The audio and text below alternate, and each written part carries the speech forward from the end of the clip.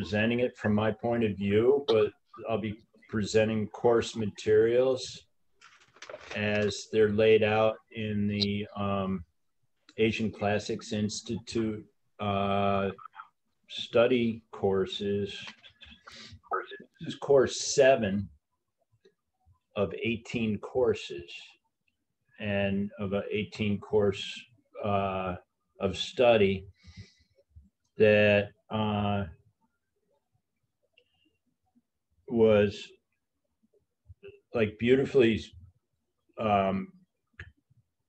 put together by Geshe Michael Roach in the later part of the 1990s, and after he had spent 20 years in Tibetan Buddhist study in the monastic setting.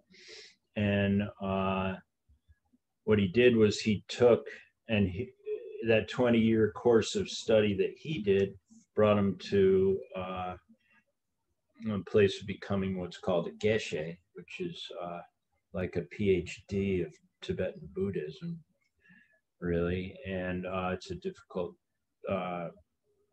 title to gain. And he took the courses that he studied to get that degree and condensed them down into these 18 courses. And so it's like a mini Geshe program that this course, the Vows of the Bodhisattva, is part of. And I know some of you have taken courses with Mark, and Tanya, you've been in courses for a long time. And so it doesn't, just because it's course 7 doesn't mean that you have to have studied 1 through 6 to take it.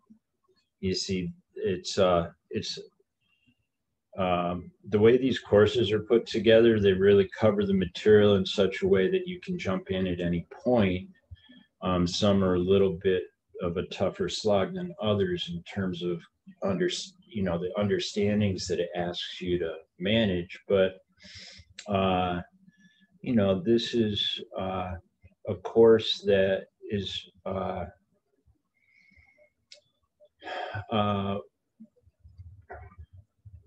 like all the courses, designed to help people wake up in a way, wake up to a way of seeing life and seeing your choices in life, and to make sense, maybe make more sense of them through your the understanding that you gain. And it's what's cool is as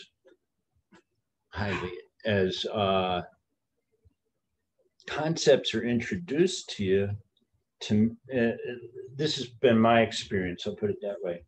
As concepts are introduced, it's sometimes maybe they're difficult to understand, or I get a little bit of understanding, and then as life goes on, I get taught what they mean in a much deeper way, by having them in my mind. So, so don't worry about like how much understanding you have as we step into this class. If you have questions, ask. And,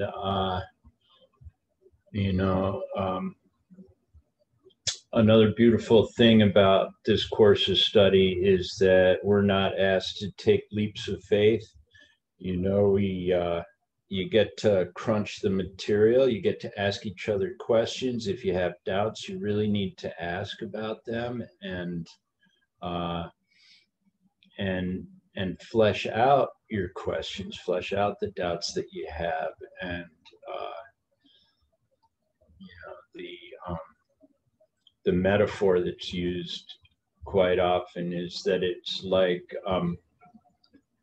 mining gold, and it's like when you dig ore, it has a lot of impurities in it, and you have to heat it in order to get the pure gold. So be comfortable with applying heat to me or to yourself or whoever along the way, and we'll do the best we can to help you with understanding. Okay. So the class today is really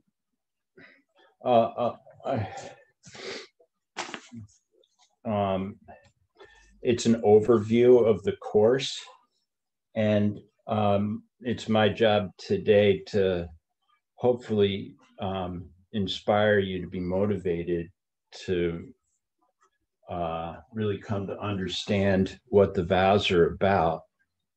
And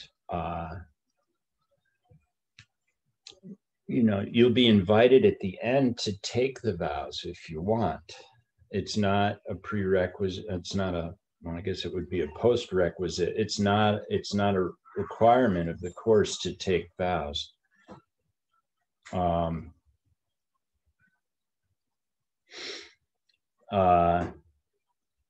And you can also, there's two ways actually that if you're not ready to take the vows, but you think that the material resonates for you, you can take the wish to have the motivation to take the vows in the form of action, right? So there's, and you don't have to do that either. There's no, just go over the material and you see how you feel at the end. If you want to take the vows, you can. We'll offer that. So today's class is about that, establishing motivation. And then it's a 10 course. We'll have 10 classes. And it looks like we're going to do one class a week, just to fit in everybody's schedule. I sometimes have to work on Sundays, and so on those Sundays I won't teach. I don't get home till after 8 o'clock, and I'm usually pretty tired. So anyway, so that's today's class. Will be motivation. Why take the vows? What are they about? Then the second class is a look at ethics and morality, which is the underpinning of all the vows.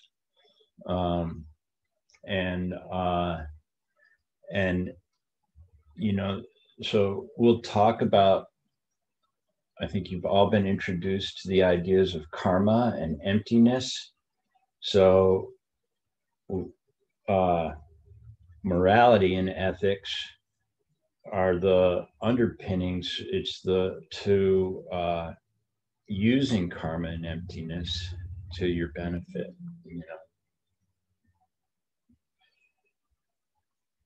The third class would be who can take vows and who can give vows.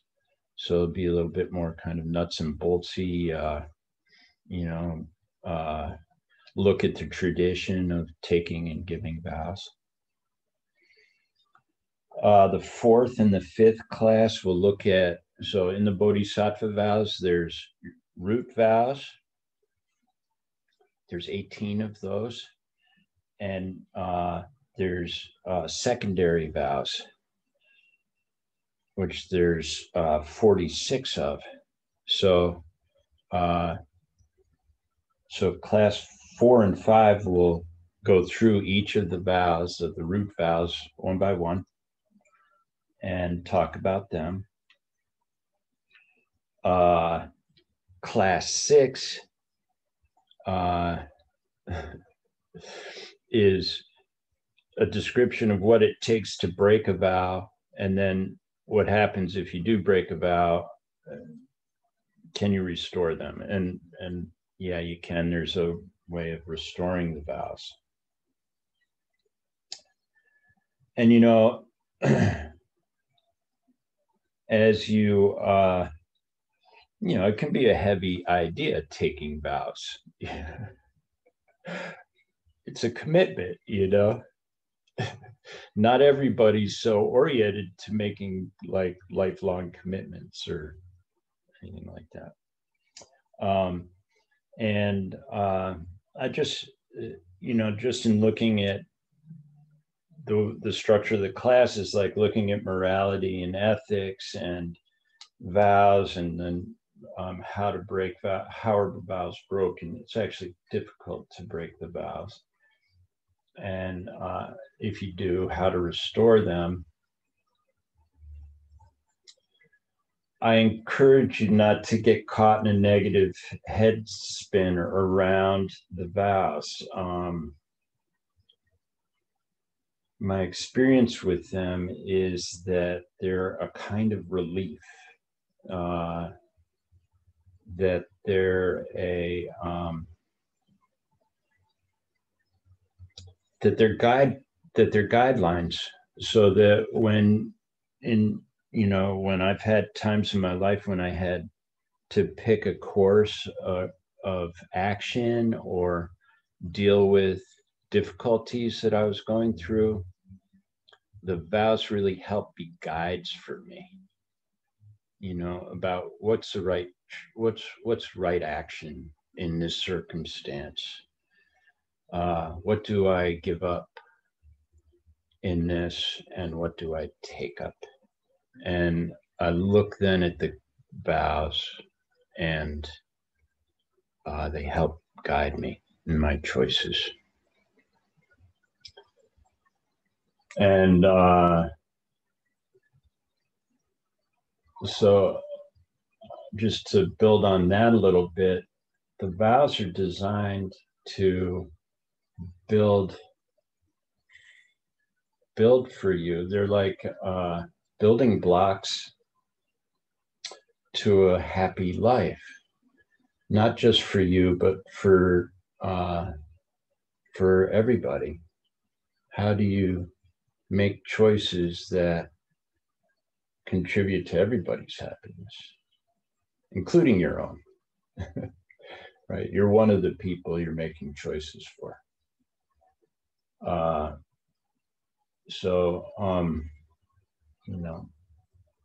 And you're kind of engineering suffering out of your life and joy into it. It's it's the toolbox for doing that. It's like you're gardening. Yeah. So, okay. And then we have classes 7, 8, and 9, and they're the secondary vows. So the root vows are like, kind of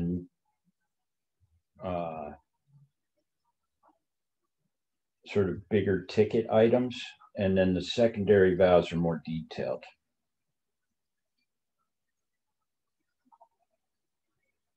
The 10th class is focused on how do you keep your vows. And then we'll do a review and then offer the ceremony to those who want to take it. And the ceremony will be designed so that you could take the vows in the form of the wish, which is, I wish I would like to be, I don't feel like I'm ready to take the vows in form of action, like I'm committing myself, but I do take the vows in the form of the wish to be able to do it at that level at some time. All right. Any questions at this point? So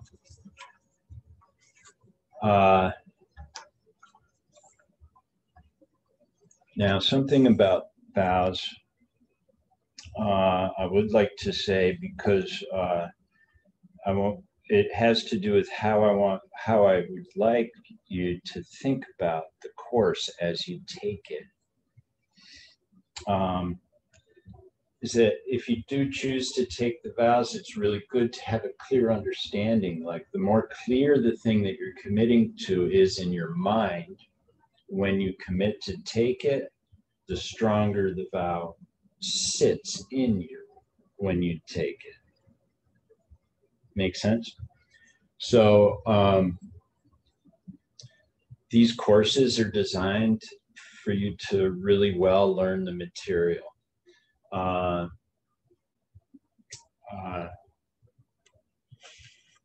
There's a link that you can go to because there's written material that goes with the course. There's readings. These readings are all translated from different sources, mostly from Jason Kappa, who's sort of the hub of the wheel for our tradition. And we'll talk more about him later.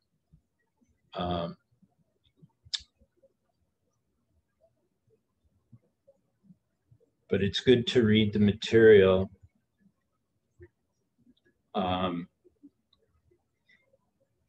I find, and also there's a homework that's offered.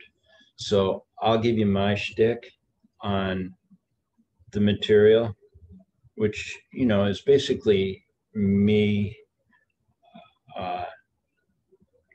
handing down something that was given to me. And then,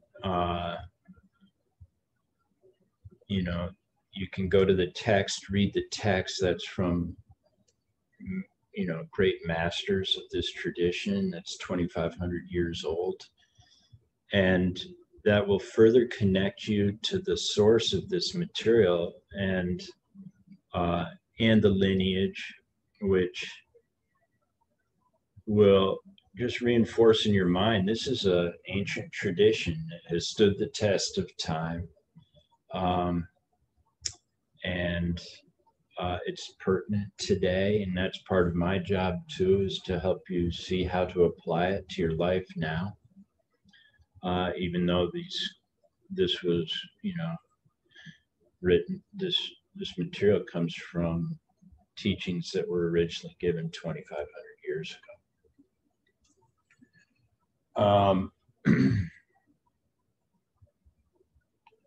So I encourage you to, what I'll do is Mark, I'll send you the link. It would be good for me to get everybody's email address. So maybe, I don't know, Mark, can you send me that? Or I'll put if I send you the link, can you put out a group email that like connects us as a group? Yeah, I'll put you on an email with everybody. What's that? I put everybody on the same email. Okay. And we could say, yeah. Thank you. Yep.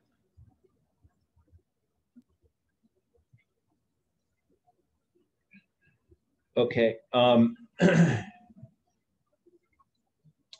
Now, did I print up the vows, the prayers? I'd like for us to do the prayers. So,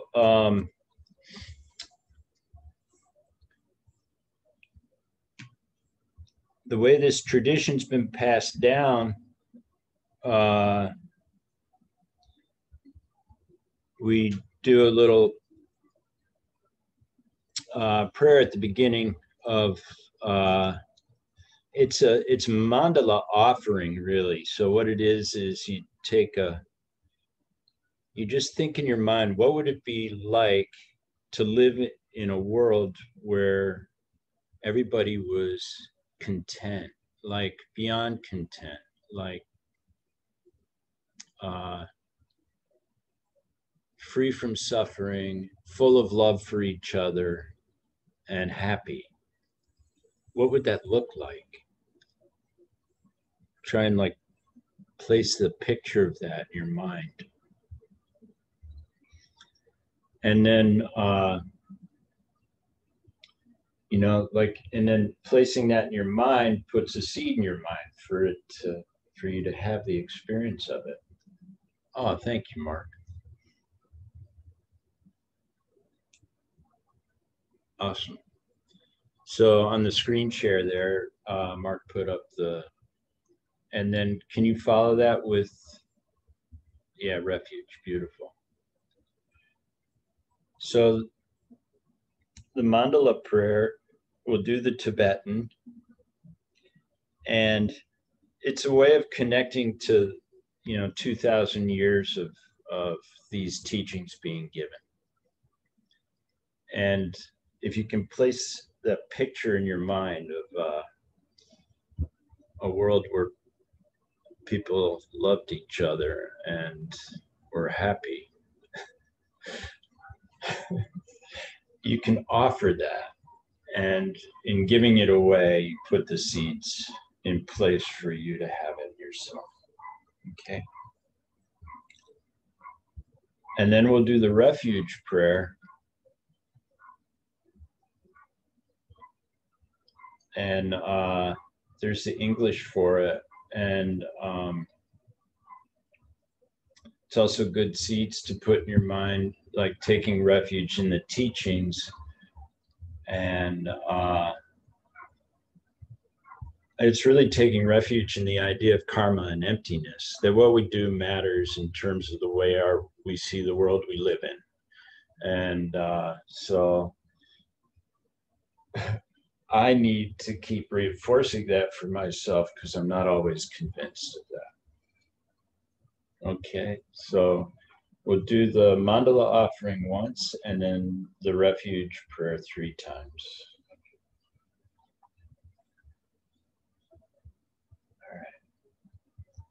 Sashi Puki Jukshin Metotram Rirablinchi Yende Gimpati Sangye Shindu Mikte Uvargi Rokunanda Indra Parsho Idam Guru Ratnam Mandalakam Niryatayami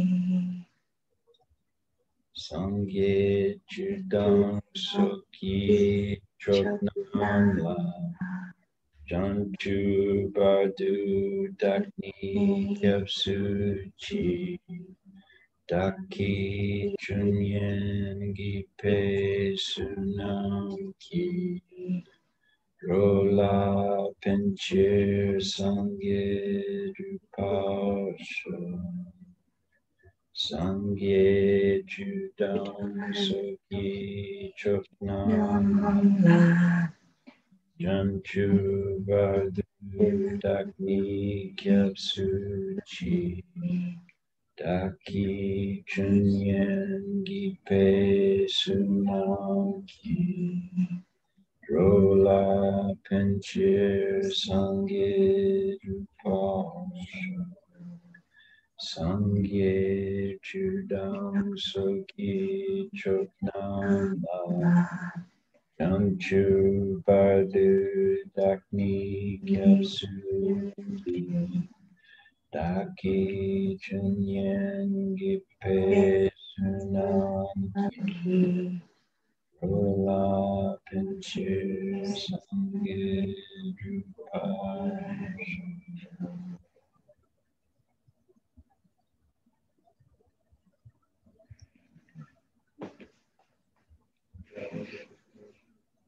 Okay. All right.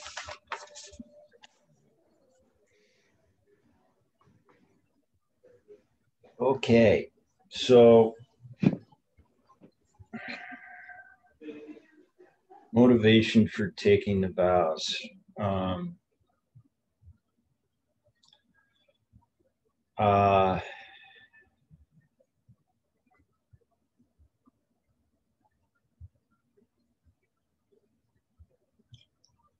So what I'd like to do is ask you to, take a look at the condition in which you live. And you may be comfortable on a day-to-day level. And And I want you to be honest about how much you really know about what's coming towards you in your life. Uh,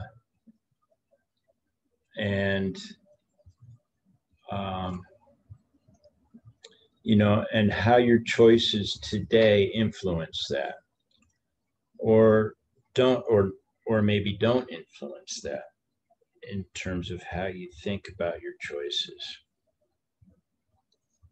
So, uh, I imagine, I don't know anybody who's actually gotten through life without some profound loss, some profound heavy thing that's happened that's caused a lot of pain.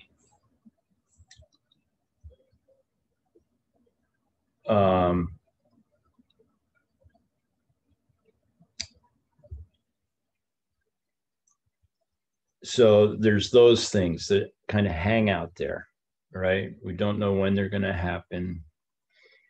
But I don't know anybody that's escaped without at least a quarter, two of them, maybe more, And, are you prepared for it when it happens? Like, do you have the equipment you need to handle stuff when it comes down like that? We're all in a life that is terminal. I'm sorry to say, but it is like none of like 100% of us are going to die. And, and the people around us will too. So, like, do you have the tools in your toolbox to be prepared when that happens for you? Or for the people around you that you love, again, you don't know when it's going to happen. Right. So those are the heavy things. Then there's just the like,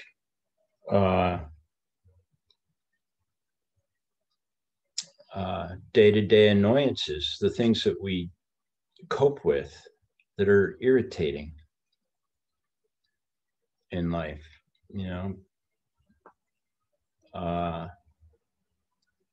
they may kind of be there all the time at some level, right? And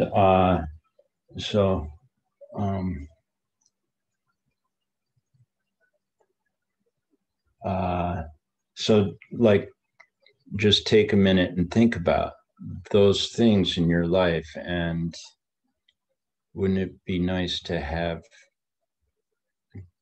tools in your toolbox to go through those experiences without a lot of pain, right? So that the pain isn't the thing that becomes the thing that we're focused on.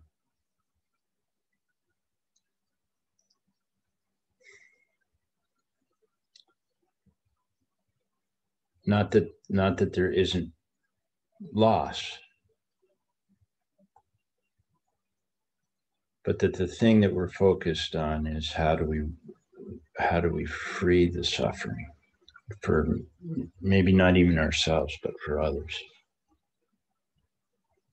We don't get hooked by the thing that then takes us out of the moment that allows us to act in the most powerful way that we can.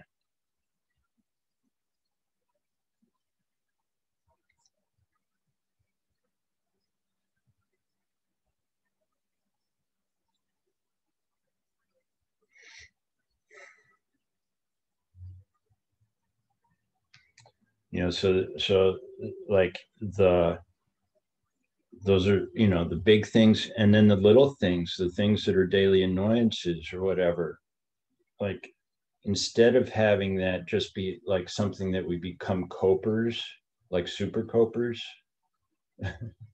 like Buddhism is it, the idea isn't become a super coper with suffering, it's like to free yourself of the suffering that comes from the conditions that we live in, that we live with. So it's changing our view, like coming to understand where they come from, that they don't come from out there. Our suffering is something that comes out. We project it onto a circumstance. And, we can all say, well, how could you not project suffering on, this terrible thing that happens, mass shootings or kids, whatever.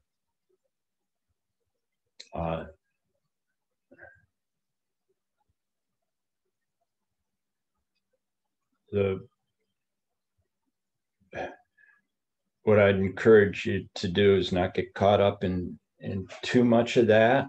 Like, I do think about that. Like, how is that? How could somebody not experience pain around this circumstance, right? But to really work with the understanding of where things come from and get that seeded into your being, so that you really know you're. This is an encouragement, that really come to know how it is, and meditation helps a lot like that, how it is that this thing comes from me and not from that thing out there. And the more deeply seated that understanding becomes, just consequentially, I don't know if I'm, joy arises. There's less of what's going on around you. You have like a certain kind of armor for it in a way. And it's not like an absence of empathy or compassion. Like, that becomes something that's deeper and stronger too. It's really interesting. And it takes some time for it to develop, to sink in, and actually you just kind of, application of these ideas over time will change, will bring about change. I can't guarantee it, but I see it in people that are longtime practitioners. All right, so and I have to say for myself, I have a more deeply seated kind of joy in life, and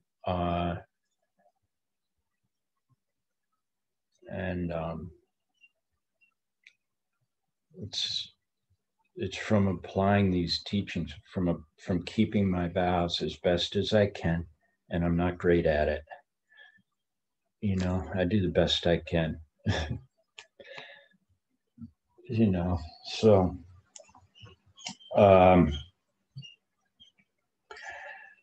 but I think everybody's done the first course, right? ACI-1, has everybody done that course? We're struggling through the rest of course one. What's that? So we're struggling through the rest of course one, but we're almost done. You've covered renunciation in it yet? Yeah. Like, the idea of having a way to deal with the sufferings that occur in our life, like the heavy ones, the suffering that just comes from knowing that everything's going to change and you don't know when it's going to change, right? Or those like just annoying things that are always there, kinds of suffering, like, I don't know, or just like, a joint that wears out or something like that, like, right? So wanting to have a way of living through life without being so caught in the suffering of it doesn't mean cold or I mean more empathetic, more compassionate, and less affected by the suffering. You see? Does that make sense?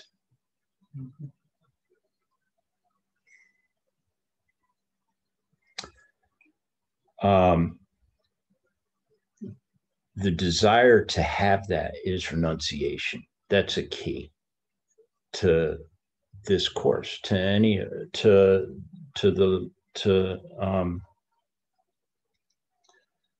wanting to apply yourself to any of these teachings. Renunciation is a key. Wanting to be free. And so what makes, you know, so what is it then? So renunciation is a key element, right? It's a key thing. And then bodhisattva vows, to want to think like a bodhisattva, to want to act like a bodhisattva, right? That's, you take renunciation and apply it to everybody, yourself and everybody else.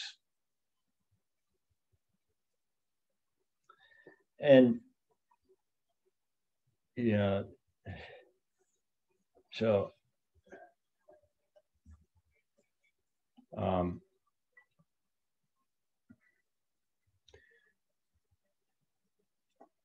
you know, because you don't live in a bubble.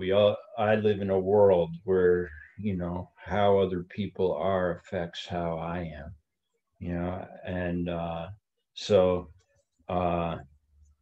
the idea is to become free of suffering for the benefit of everybody. And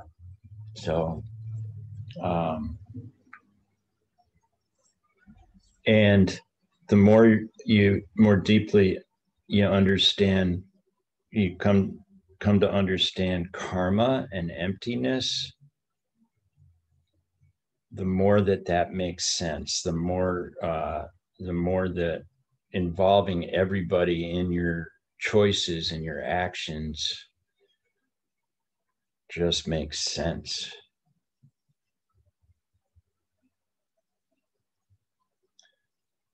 Yeah, there's a lot there. All of this stuff, as my experience with it is that as you spend time with it, it makes more and more sense over time. So,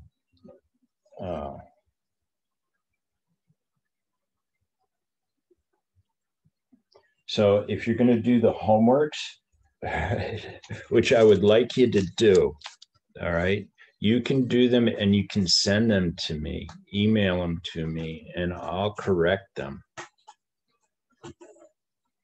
Okay. So if you read the material, we do class together, then read the material, and Mark will send the link for that. And do the homeworks. You will really get to know what this is all about, so that you can, you know, more surely for yourself make the choice to either do it or not do it or whatever. See what you're ready for. But you'll really get to know what it is that you're doing.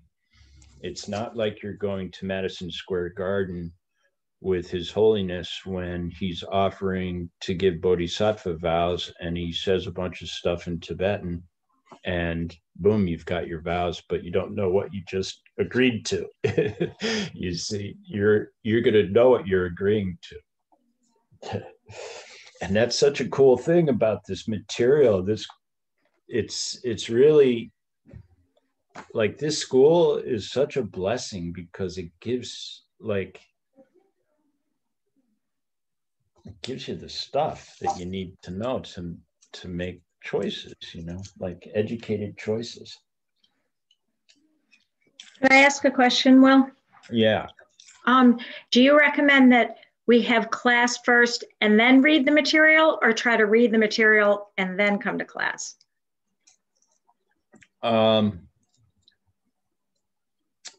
Well,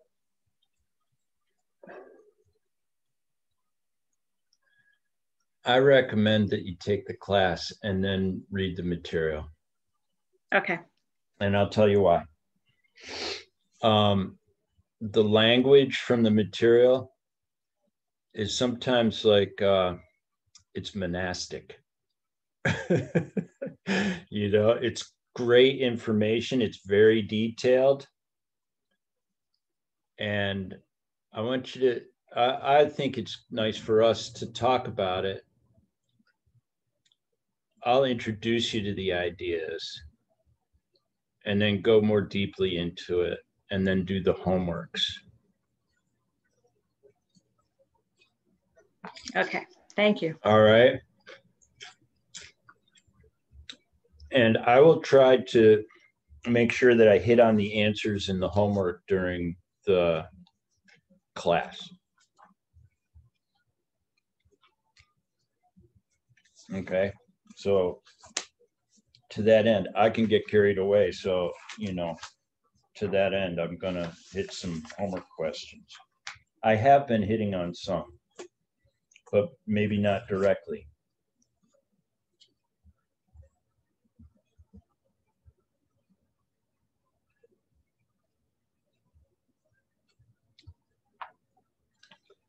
So what we just talked about, renunciation, and then applying that to all beings, right? There's a question in the homework that asks you to define what is bodhicitta, right? Which is, and there's a definition that's given by Maitreya, who is said to be the future Buddha. And I'll give you the quote. It's the wish to become fully enlightened for the sake of all sentient beings. Like bugs, everybody experiences suffering. Like we live in a world that, you know, all sentient beings.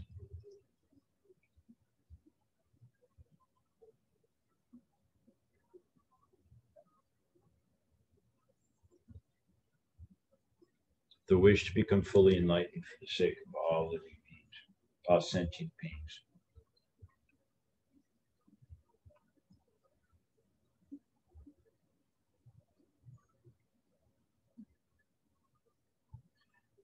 And then there's two types of bodhicitta. There's a question that's, what are two types of bodhicitta? And that's where we talked about, there's the bodhicitta in the form of the wish to become a bodhisattva. And then there's bodhicitta that comes in the form of action, taking on the actions of a bodhisattva.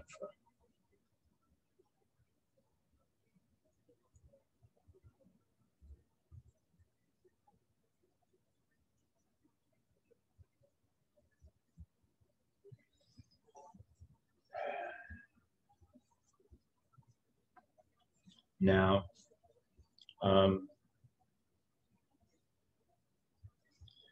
bodhicitta is, you know, the wish to become enlightened for the sake of all living beings. There's two different ways that that's experienced. There's deceptive bodhicitta. It's also sometimes referred to as sugarcane bodhicitta. And that is, you know, conceptually you understand the idea and you apply yourself to the actions, right? Because it makes sense, right? Just logically, it makes sense. And then there's ultimate bodhicitta, which one gains when they have, you know, more deep insights into the nature of reality. So,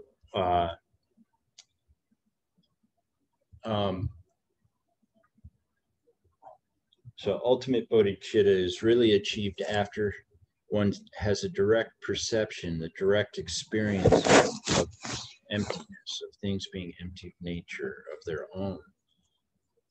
Come to see that absolutely everything is a projection from the mind, right? And that gives it, that you come away from that with the understanding that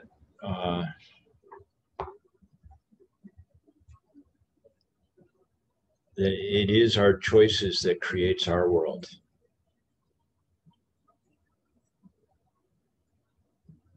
Clearly, there's no doubt in your mind. That's ultimate bodhicitta. So then you can't harm other beings without knowing that you're harming your world, that you're creating a world where there's beings that hurt each other. You see? So that's ultimate bodhicitta. You're absolutely compelled at that point to act in the way of a bodhisattva.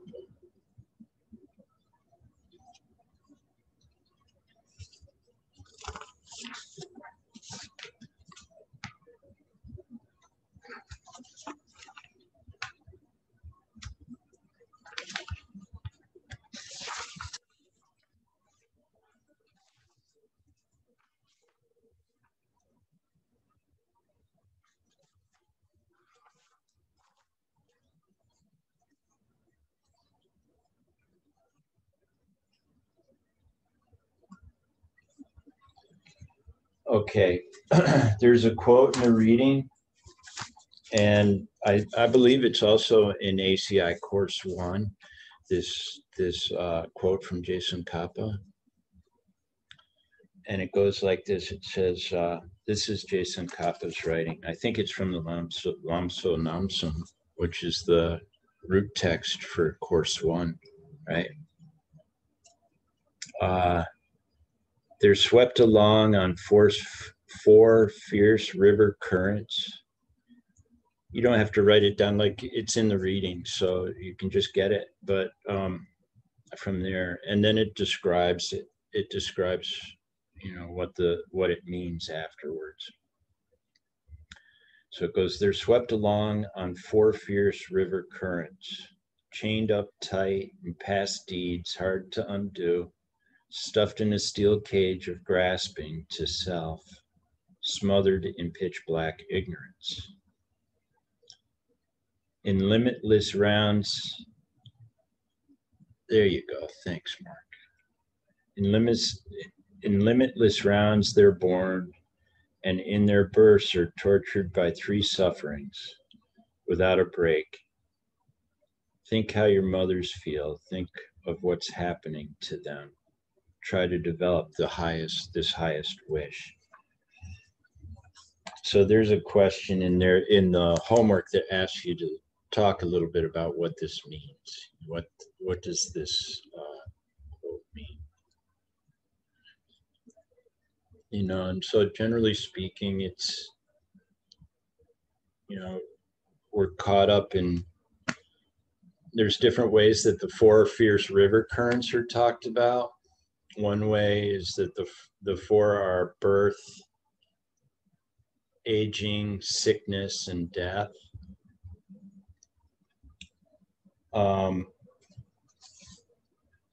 And we experience life through our, the way we experience life comes from the way we've treated others in the past. So, and it's forced on us. We don't have a choice of what arises because we've already put those wheels are in motion from previous choices. And that could be over a long period of time. So, but what we do have choice in is how we react. What causes do we put in place as this thing presents to us, right? And we experience what we experience, right? We can actually, if we're experiencing a mental affliction, around what it is that we're experiencing, if we don't get caught in the mental affliction, we can use the mental affliction to evolve, right? To engineer a different future for ourselves, right? So then you start to use your mental afflictions in a positive way rather than being caught in them and clouded by them.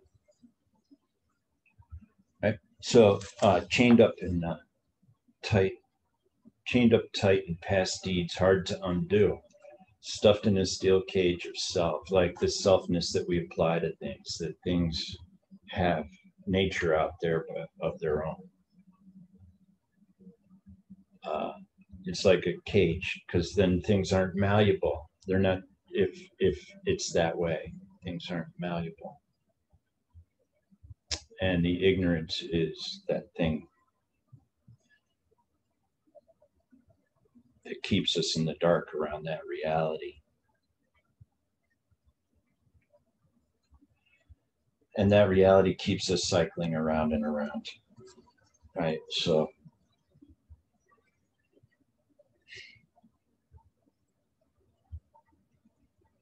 okay. All right, so that's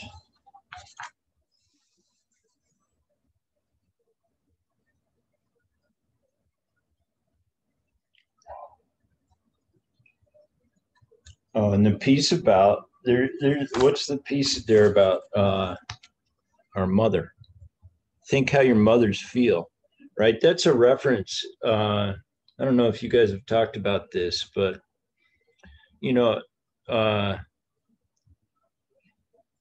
eventually at some point you're going to talk about reincarnation and the logic behind it and how it makes sense that is a very possible real experience for us. If you think that our physical matter doesn't what is it? What's the law of matter? Like matter is neither like lost or gained. Like you can't add matter and you can't take it away. Like created or destroyed, right? Yeah, there you go. Thank you.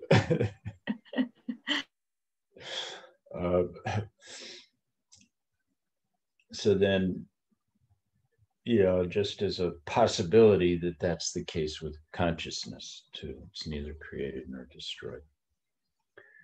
And if that is the case, and we've been around since, in Buddhist thought, we've been around since beginningless time. And so if that's the case, that's infinite, and all beings then have been family members for us, have been our mothers. We've probably been everybody's mother, everybody's been our kid, everybody's been our mom. And regardless of whether that plays out for you or not, it's an awesome way to look at the world. When you come up upon somebody, that you might like feel neutral towards or feel, maybe they bug you, maybe you don't like them. If you just look at them and go, this was my mom. It's really a cool way to go through the day, like thinking about everybody that you encounter. Like, not that they were your mom, but that they are your mom. It's pretty wild. It's awesome. It's a much kinder way for me,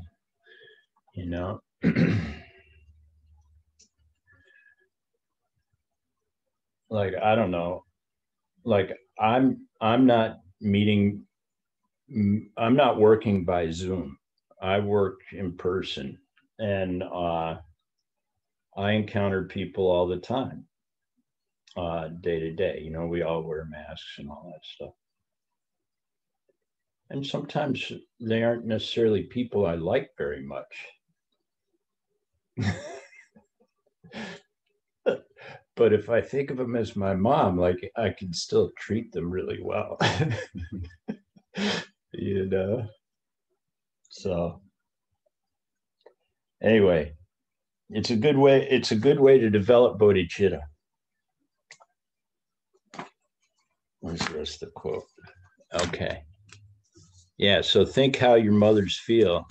Think of what's happening to them and develop, and to develop bodhicitta, like to have the wish for all beings, like these are all my mom.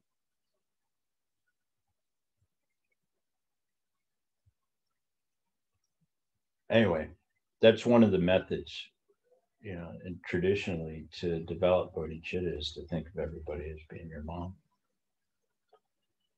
Okay. So that's that quote. There's questions in these homeworks about, where does this material come from? Right. So I'm going to go over that with you.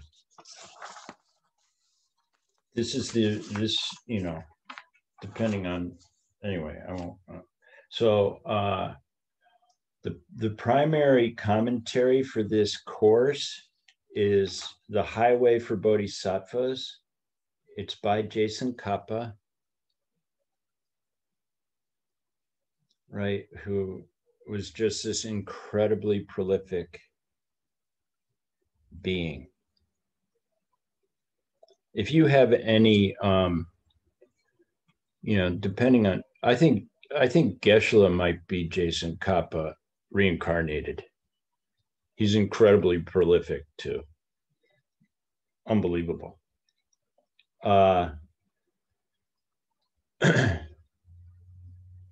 Okay, so Lobsang Drakpa, Jason Kappa, he was born in 1357 and he passed away in 1419. So that's the root text for this course. And then we get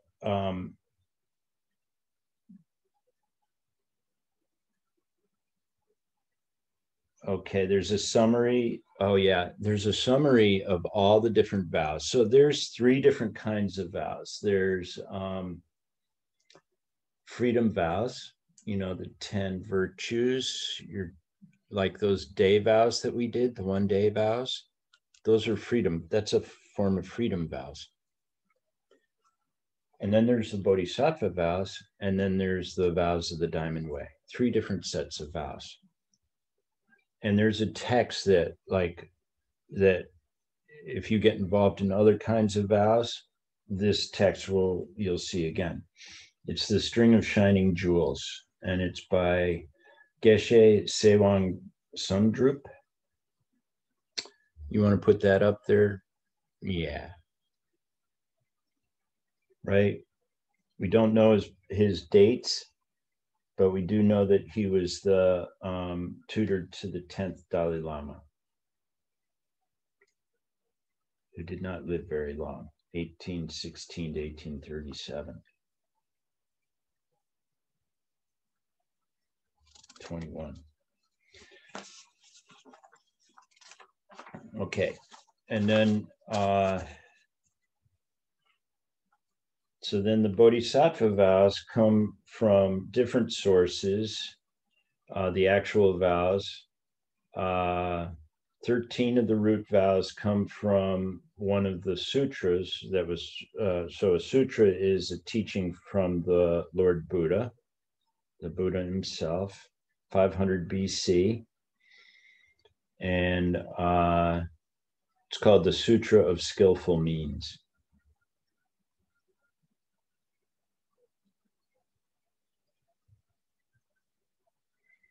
And also the Sutra of the Essence of Space. So 2 sutras that give 14 of the vows.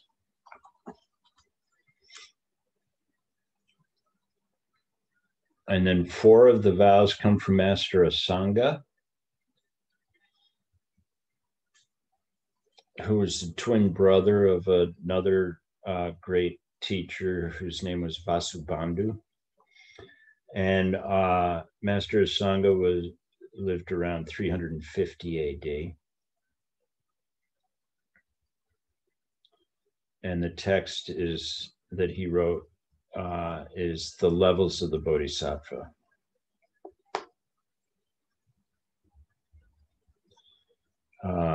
Master Shantideva in the Compendium of Advices outlines all 18 root vows. He lived from 695 to 743.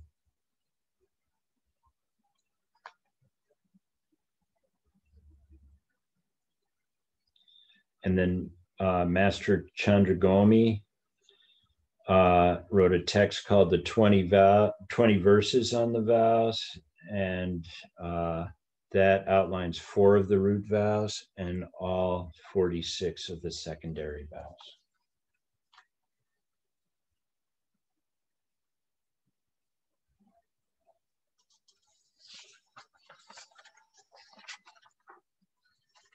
Okay. So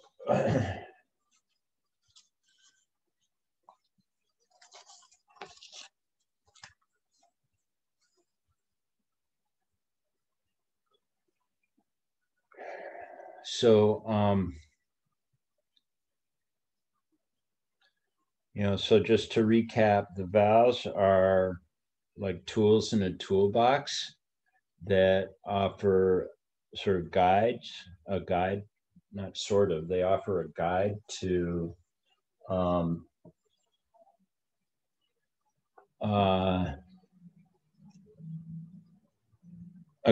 freedom, right? A guide to maybe the ultimate experience of consciousness. I would say that.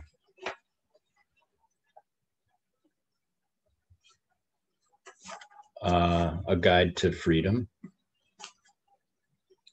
in your mind, like conscious freedom, the experience of freedom.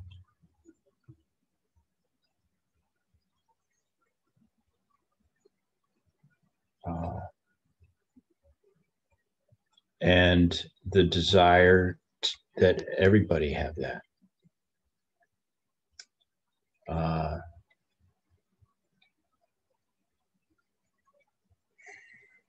So, I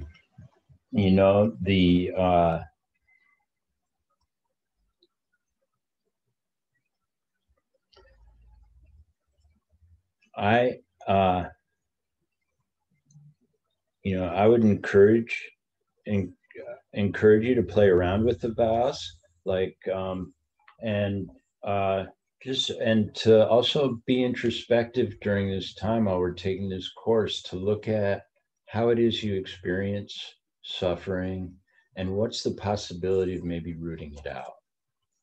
What are some old habits that you have? Maybe you've had them your whole life, that really don't serve you, baby, anymore. And how could you engineer them out of your mind?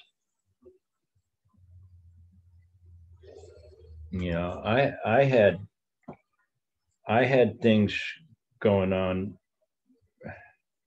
and I still do probably, but very conscious things that were difficult for me. I thought I would need surgery, like frontal lobotomy surgery, to get rid of them. I was convinced, but I kept at my vows. Like we have this 6 time a day book, and it was so tiresome, but I got to say, it worked, for those things that were really like pains in the neck. I still got work to do, a lot of it, but those things were, that I would write in my book every single day about.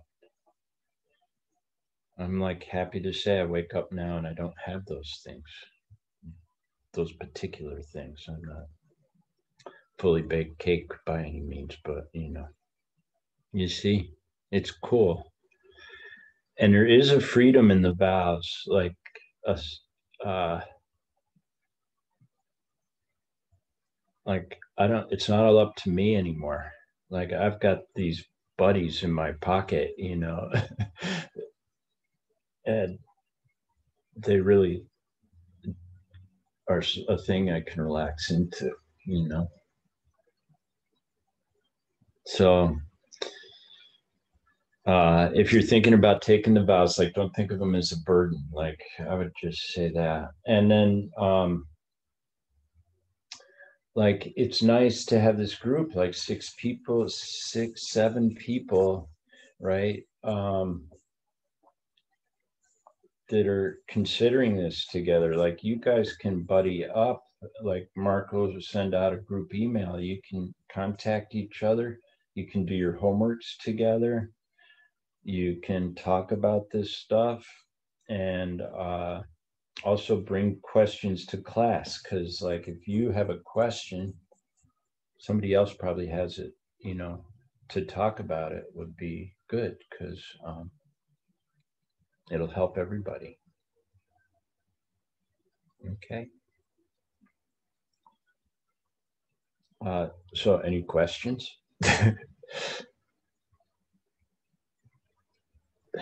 Think about them. You could write them down and bring them with you, So you have one, Tanya? It wasn't really a question. It was more of a comment that I was thinking from what you said in the very beginning of class about we all certainly have probably gone through this life and experienced some suffering. And we've also, on the opposite side, we've experienced the good moments, and I'm kind of, yay, in that little bracket at the moment. And I was thinking how grateful I am for my past self for choosing the behavior that's allowed me to be now in this position. So I kind of want to pay that forward by my future self, Right on. That's great. Yeah. That's great. And, cool. I'm glad you brought that up because, if you've had that experience in your life, and you're having that experience in your life, right? If you've experienced love or joy or bliss for even a minute in your life, then you engineered that for yourself, right? And so then could you engineer, and I'm sorry to use such a technical term like engineer, you created that for yourself? That's more artistic, I guess.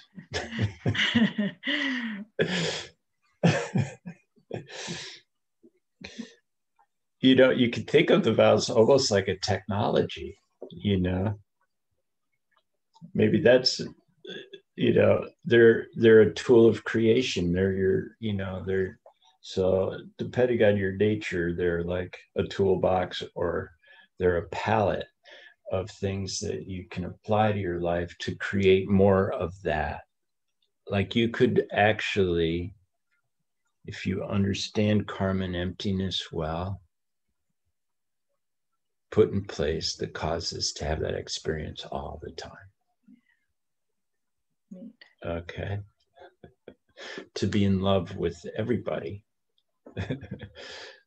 Like you're in love with your grandchild. Is that obvious? Well, I just happen to know that's where you are. Yeah. Nice. Sweet. Mm-hmm. Thanks for bringing that in.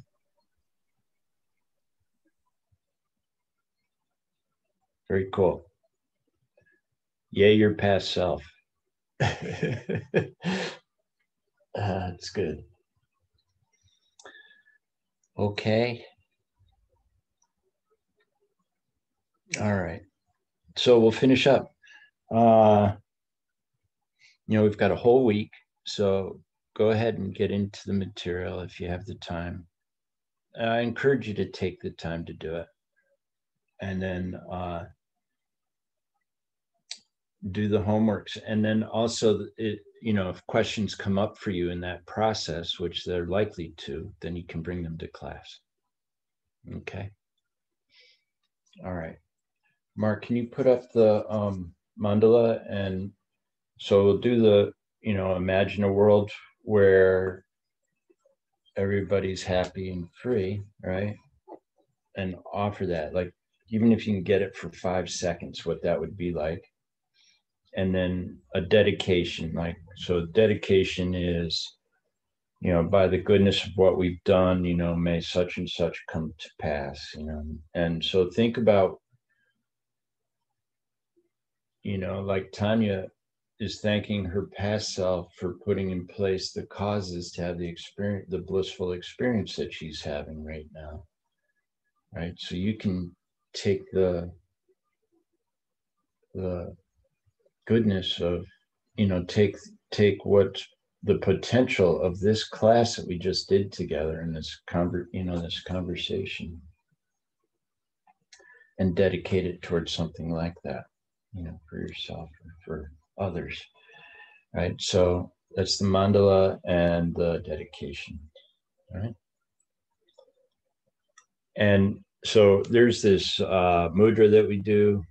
It's like the 4 corners of the universe, and the center is Mount Meru, and that's like, where, and then so this, you're at the center of your universe. So the goodness of wanting goodness for others fills the universe, they say,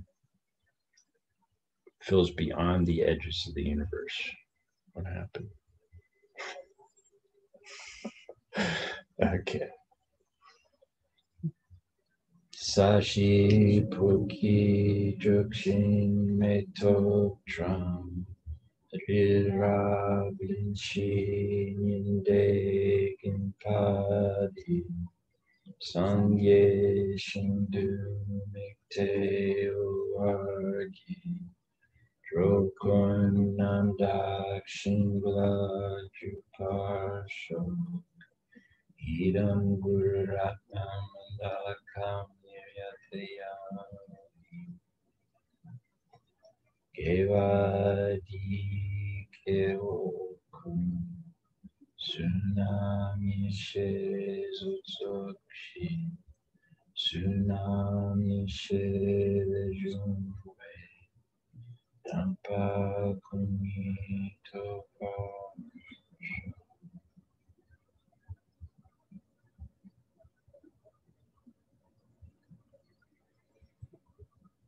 Okay. Thanks, you guys. All right. Have a good week.